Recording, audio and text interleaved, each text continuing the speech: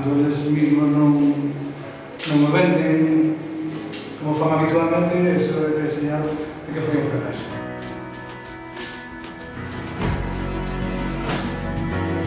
A verdad, non sei como fan as contas. Igual era bo que o desglosaran. E que consiste terán o que explicar eles, porque...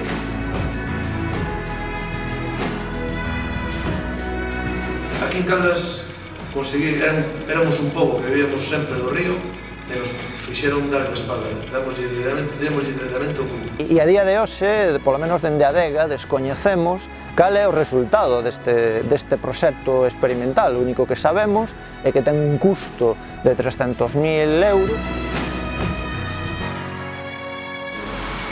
A ver, eu creo que todos somos conscientes, ou deberíamos de ser, da importancia que ten toda esta contaminación nos ríos.